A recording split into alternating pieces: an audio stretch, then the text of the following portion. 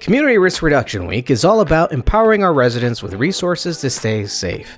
Today, we're highlighting economic incentive programs that protect your family and your budget. To that point, the City of Kalamazoo does have a smoke alarm installation program for residents in the City of Kalamazoo that own their own houses. This can be reached by dialing 311 and talking to an operator. They can then get in touch with the fire marshal's office. We will come out and we will do a home safety survey. The home safety survey not only has the installation of smoke detectors inside your house, but also will have a public safety officer go through your house to determine any sort of hazards. That way, in the event of an emergency, your house will be ready and you will be safe and able to get out of your residence. Keeping your home safe from fire is simple and free.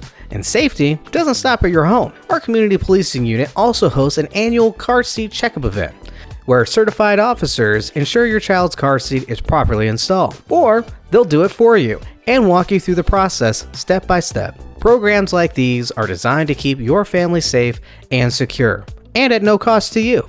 Together, we're building a safer Kalamazoo.